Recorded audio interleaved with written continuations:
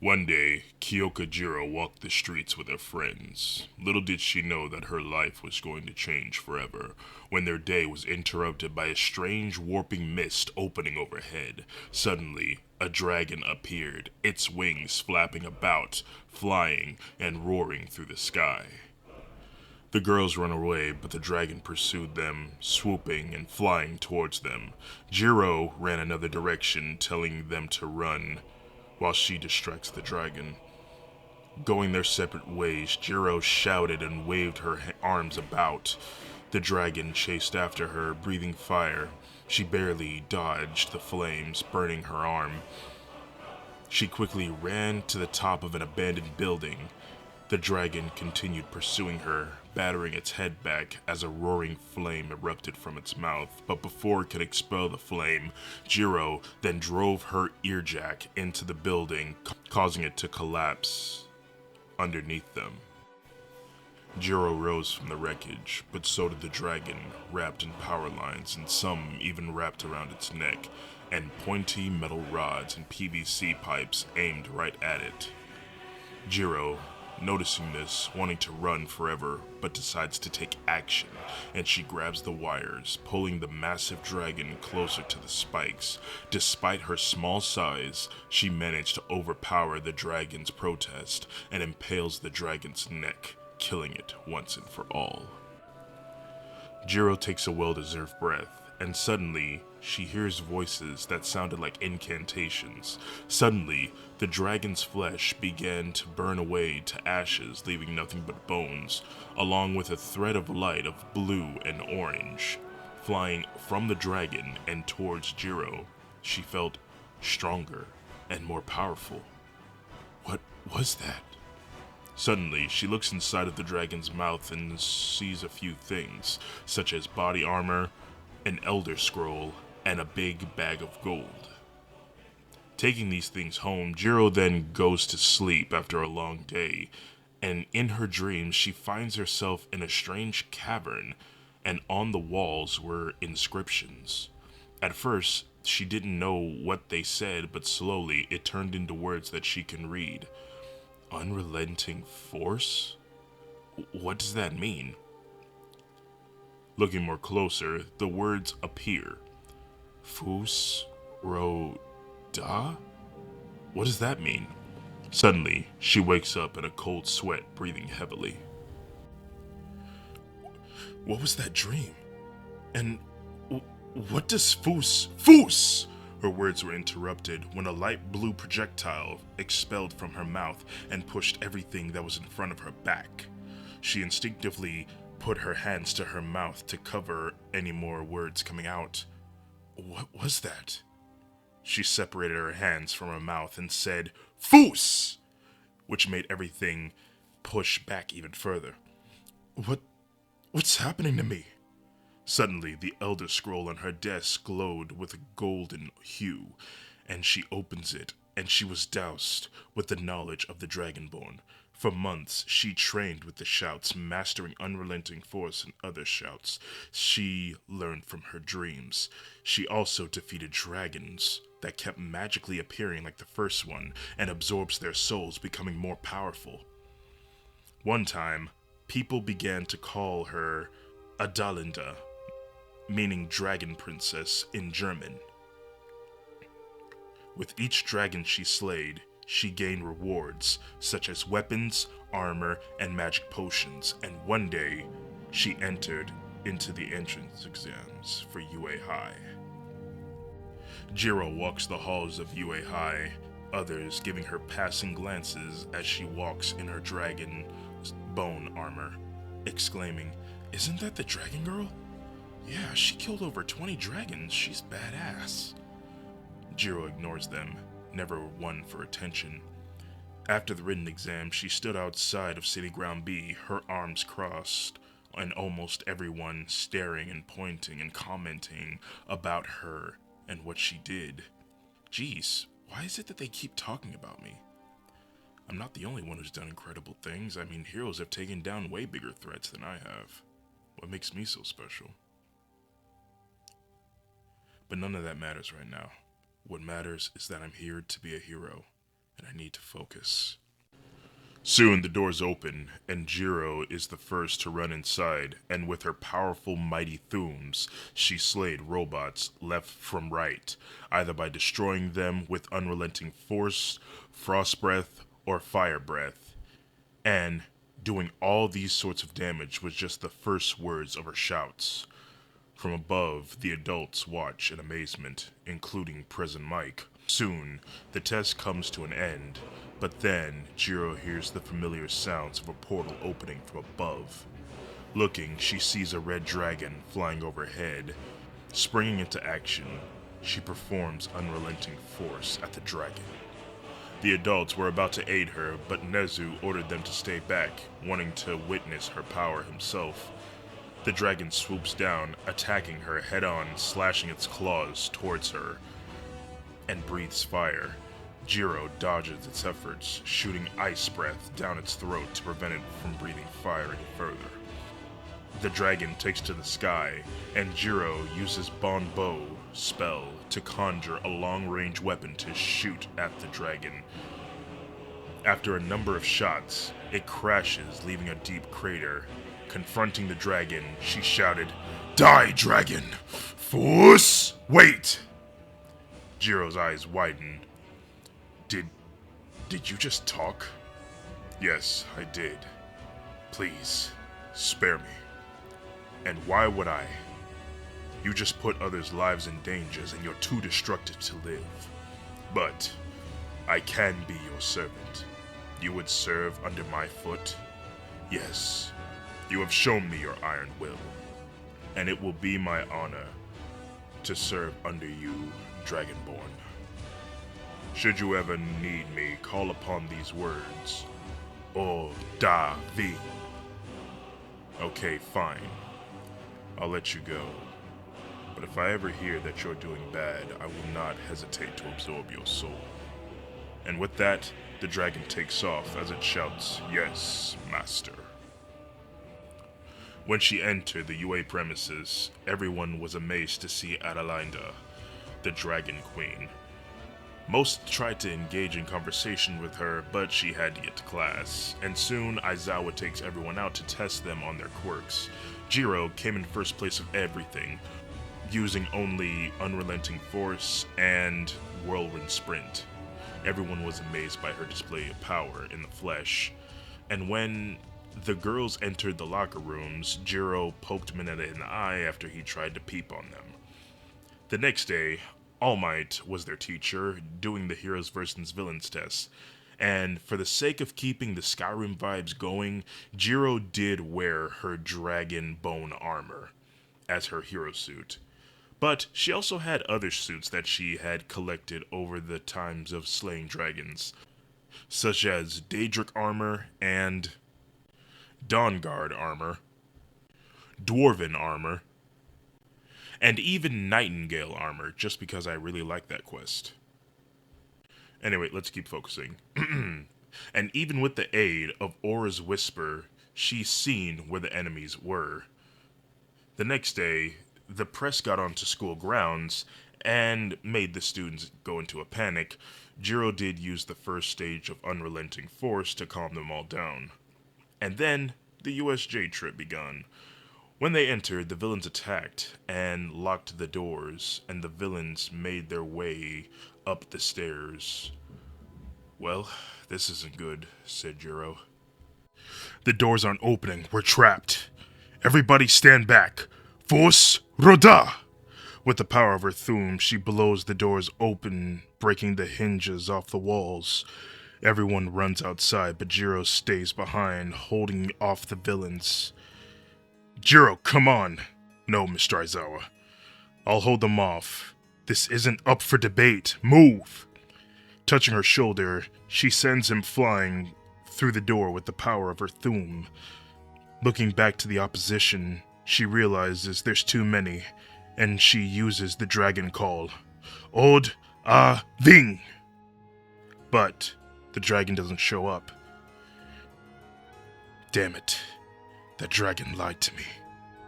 Oh well, I'm going to have to take care of this myself. sending a mighty thoom at the army of villains, causing them to fly back. Some freeze and some burn at her cryo and heat thooms. Just then, as she was getting overwhelmed, the dragon roared, shattering the glass from above, entering the USJ. "I am here, Master." Jiro then approached the dragon and punched him in the face. "Ouch! What was that for? Where the hell were you when I needed you, huh? Well, excuse me for sleeping in the mountains. Just shut up and fight, no killing." And so, the two battled against the army of villains. Shigaraki watches in amazement from afar, watching Jiro's display of power alongside her dragon. Eventually, the villains are defeated, and the Dragonborn and the dragon take a well-deserved breath. Whew. Good job, dragon. Thank you, Master. Suddenly, Shigaraki dashes at them, and the dragon, wanting to defend his master, dashes at this tiny man. But when Shigaraki touched him, almost instantly the dragon falls dead into dust. "No!" Jiro said with pain and regret. Shigaraki approaches her. "That's some quirk you got there, Dragonborn. Why don't you come with me so that my master can take it?" Jiro, taken by shock of the loss of her dragon friend, made her break down into tears. "What's this? Are you crying over a lizard? How pitiful.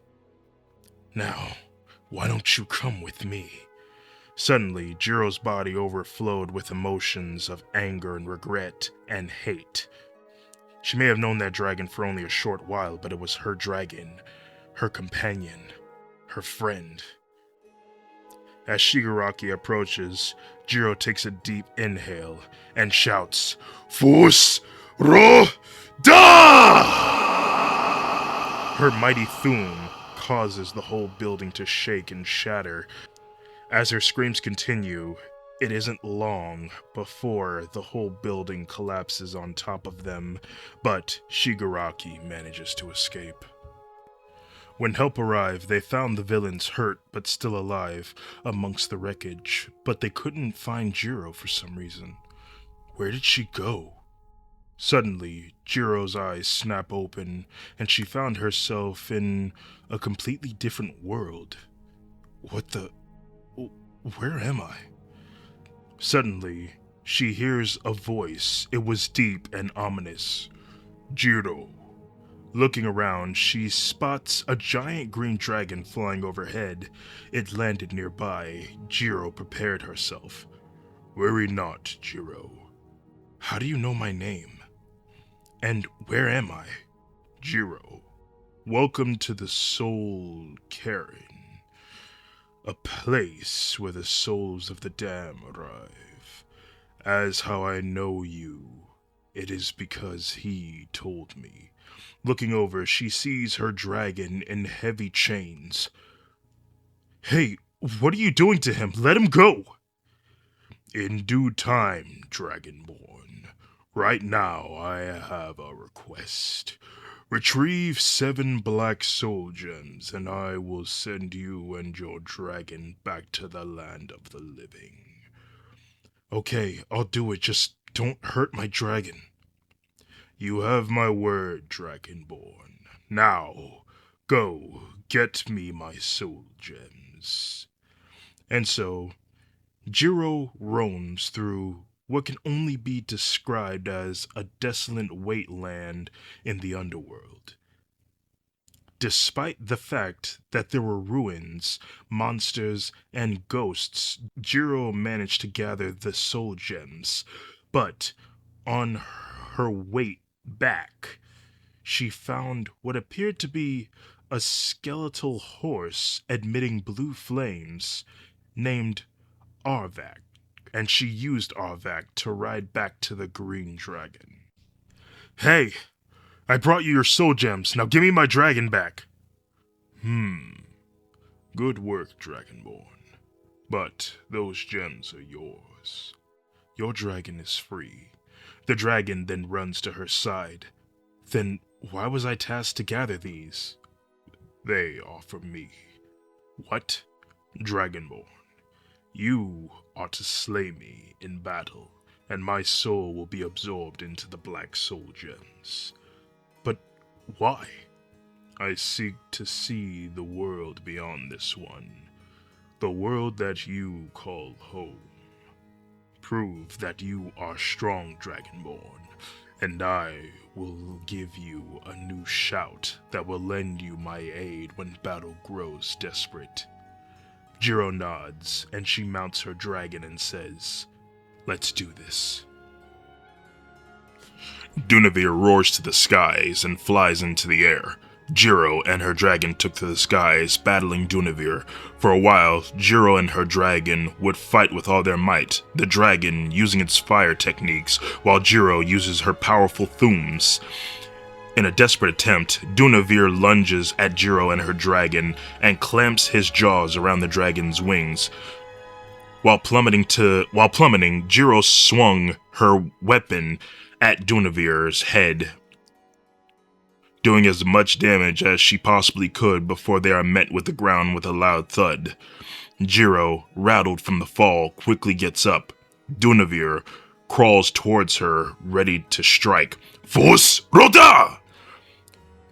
The thum rattled Dunavir long enough for Jiro to deliver the finishing blow, jumping onto its snout. He tries to resist, but Jiro was victorious in the end. Back in the real world, the sports festival was just about to begin when suddenly the sound of a dragon's roar can be heard. People ducked under their chairs, but when the dragon flew overhead, it revealed Jiro on its back, her friends smiling and waving, happy to see that she is alive. After questions were asked, Jiro slipped into the night and used the thum to summon him. Dur na vir. In a light of purple, Dunavir appeared. Ah, the fresh air at last. Thank you, Dragonborn. As promised, I will aid you should times grow desperate. Call upon my name again, and I will be ready.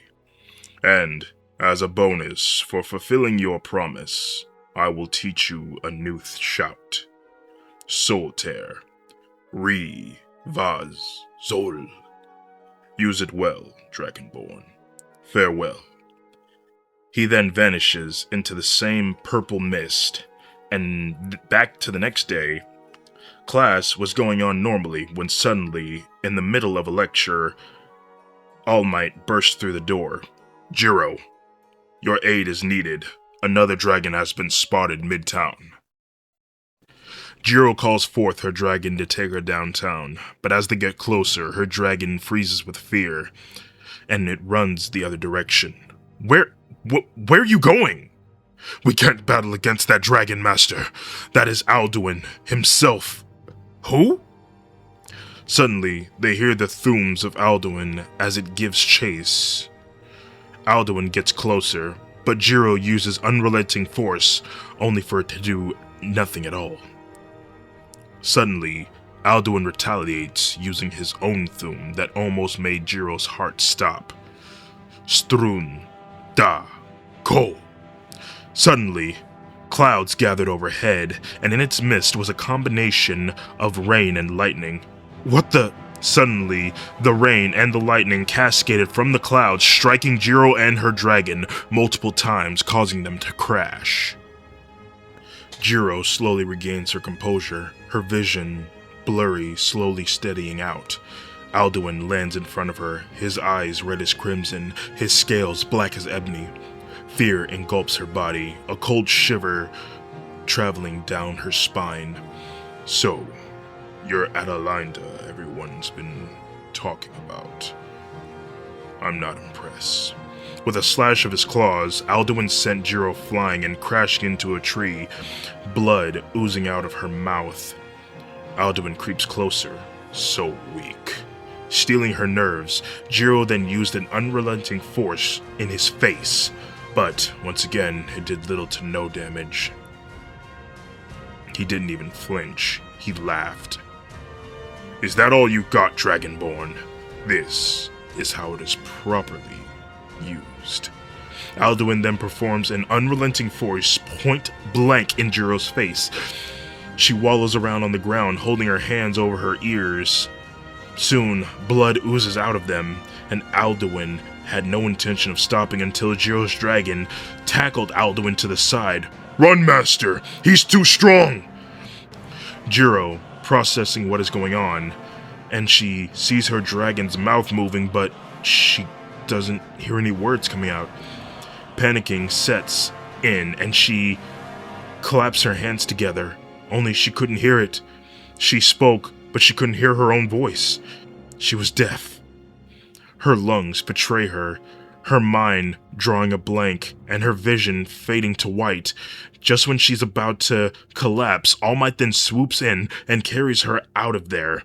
Jiro looks and sees as her dragon still fights, biding her time to escape. In the confines of UA, Recovery Woman informs Jiro's parents that she has lost her ability to hear. Her parents, shocked, hugged their daughter tightly, crying. While this was going on, Aldwin continued his rampage on the city, wanting Jiro. Looking at the news feed, Jiro felt a combination of guilt and sorrow. For her own safety, UA has isolated her. A few heroes had fallen to this dragon. The people of social media asked of Adelinda's whereabouts, and that the city needs her. Seeing the comments made her heart ache along with this second loss of her dragon. She lays down and cries herself to sleep. But the next thing she knew, she found herself surrounded by 6 gray-bearded figures. Where am I? One of the Greybeards spoke up. "Awaken, Dragonborn. Your destiny is at hand." "What the... Where am I? Who are you people?" "Worry not, Dragonborn. We are the Greybeards, followers of the Voice. We are here to aid where the heroes of our time had failed." "You mean Aldwin? How can I defeat him?" "We will give you the power that is needed to take Aldwin on, and it will grant you powerful armor, but it will come at a cost." "What is it?" "If you wish to gain access to this armor, you must give up your soul to claim it. Are you willing to do that, Dovahkiin, to save the people of your time?" Jiro thinks for a moment, and then nods. "Yes, I accept this power, and all the responsibility that comes with it. If my soul is what is needed to end this madness, then I'll gladly surrender it." The Greybeards nodded. "Very well, Dovahkiin." Around Jiro, the Greybeards converge, their voices wavering a potent incantation. The very words seem to coil under the weight of their ancient words. A tremor runs through the ground and into Jiro's very core. Her body, mind, once her own, became the subject of a rhythmic cadence, rattling within her as if a storm was taking root. Yet, amidst the disorienting tumult, a profound transformation begun to stir within her. A new resolve, sharpening and unyielding, ignited in her mind, banishing her earlier tremors. Her gaze, once fixed and perhaps fearful, now held a new perspective, wide and clear, as if she were seeing the world for the first time through awakened eyes. This wasn't merely a change, it was a profound rebirth. The incantation had not just shaken her, it had reshaped her, leaving in its wake a renewed spirit, an unwavering sense of purpose that resonated deep within her being. Suddenly, all the adults felt an extreme pressure release, most of them confused, some of them scared, some of them taken with fear. They all turned and looked and found a black figure wearing an ominous black aura shrouding their body. Her parents, bewildered to find earphone jacks dangling from the helmet area. Jiro? She gave her parents a side glance as she walked outside the UA premises. Not a trace of her remained behind that body armor. In downtown, buildings burned, claw marks and use of thumbs led to a trail of Aldwin's turmoil. Suddenly, a guttural dragon screech fills the quiet atmosphere, and Aldwin flies overhead and lands in front of Jiro. Dragonborn, you have crawled from your hole. He takes a closer look at Jiro and sees that everything about her has changed, from her clothes to her aura. Something is different about you, Dragonborn. I can sense greater power inside you than before. Jiro stands there, quiet. Let's see if that helps you. Aldwin exhales with fire at Jiro, but in the roaring flames that danced around her, Jiro stood, completely unfazed by her attack. Aldwin stumped when he sees this. What is this? Jiro then starts walking through the flames and towards Aldwin, who uses unrelenting force. But the only thing that received damage was the ground that she stood on, leftover buildings that were already falling over, along with plant life. Jiro was unfazed. What is this? Jiro then lunged at Aldwin, delivering a devastating blow, causing Aldwin to stumble back. He tries to fight back, to catch her in his mouth, only for Jiro to catch his teeth in her grasp.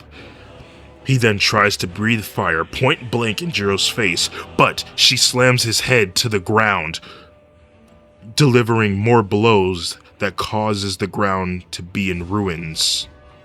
With the flap of his wings, he takes to the sky and uses the storm call shout once more to attack Jiro from afar. But as the lightning strikes her body, Jiro then aims both hands at Aldwin in the air, and she uses the lightning spell to gather all the energy that is being shot at her and shooting it right back at Aldwin, causing him to fall out of the sky. Aldwin, struck by the lightning, crashes into the ground, leaving a deep crater. As his sight recovers, he sees Jiro approaching, her black aura shrouding her body, making her presence well known. This can't be. It was barely a day ago that you were weak. What changed? Tell me! Jiro stood there, and she leaned closer and said 3 words. Dun na vir. Dunavir then appeared and unleashed his wrath upon Aldwin. Jiro watches as the dragons fight. Dunavir best Aldwin in the fight, but then he vanished in the purple mist. Aldwin lays there on the ground, defeated. Jiro stands next to him. He bares his teeth and offers her to end it. Jiro walks closer to him, takes off her helmet, looks him dead in the eye and into the depths of his soul, and says, Vos ro da! In a flash of blue light, Aldwin was turned into ashes. The atmosphere was silent and cold. The heroes watched from afar, clearly aghast of the sudden defeat of the mighty Aldwin. Suddenly, the silence was interrupted when a man's voice can be heard. I must say, that was impressive, Kyoka Jiro. Slowly, she looked and seen a man wearing a snazzy suit and a helmet that resembled a black human skull with pipes and augments. The man approaches with dangerous intent.